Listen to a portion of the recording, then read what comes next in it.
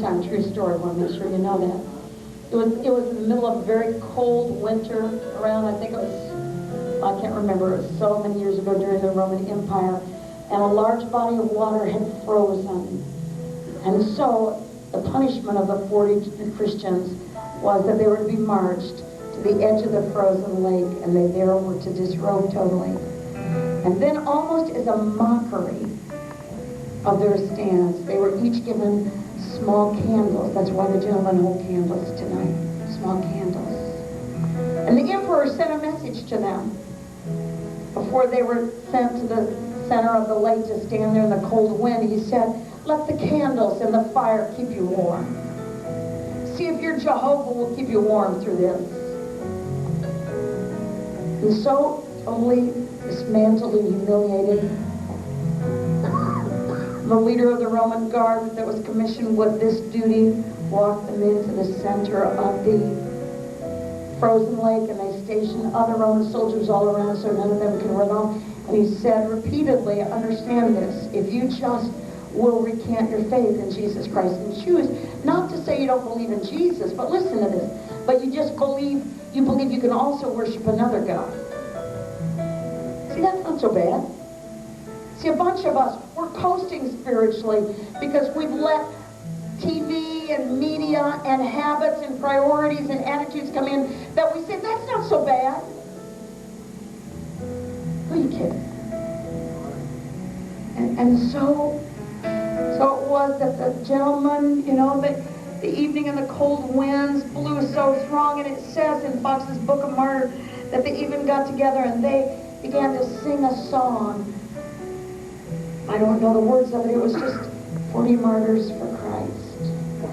And the wind blew, and you know what? They would huddle together, and I'm sure that tiny little light became sacred, and they'd try to cover it, but one by one, candle would go out, and then another one, and one by one, you know, finally a soldier, because of what a brutal form of death, they'd finally just freezing, no longer be able to stand to the brutality. It was dark and cold by this point, and they collapsed to the ice, never to get up again and breathe.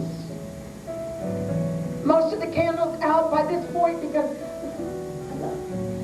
you see, again, it just caused, you know, the wind was coming, and had they not been the kind of people they were, they would have come off the ice, but nobody did. Do you hear me? None of them came off the ice until there was only one man left standing. The rest of them, their candle had gone out, and they'd collapsed to the ice.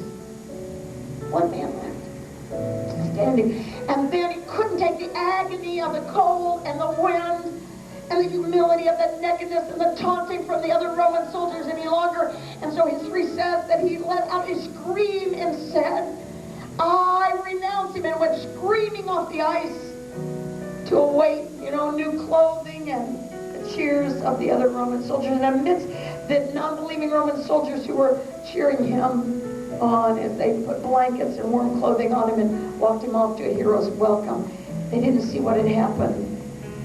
But the commander of that particular Roman battalion, not the emperor, but the commander that had been commissioned to walk the guys to the ice with his battalion, had been watching the kind of commitment they had. And though no one was aware, deep in the man's heart of hearts, he had decided that this Jesus thing must be valid for men to have that much courage to refuse to come off the ice. So he waited.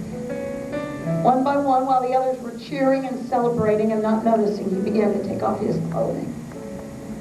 Here he had at the end of the story, totally unclothed himself, the head of the Roman platoon walked to the center of the ice and said in a loud voice amidst the darkness and the howling wind, I choose to believe.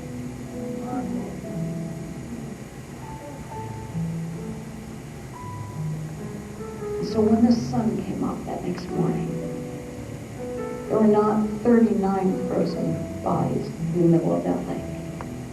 There were 40. You want this church, you want your own walk with Jesus Christ to go to a new level? Here's the word of the Lord. Don't come off the ice. You hear me? Don't come off the ice.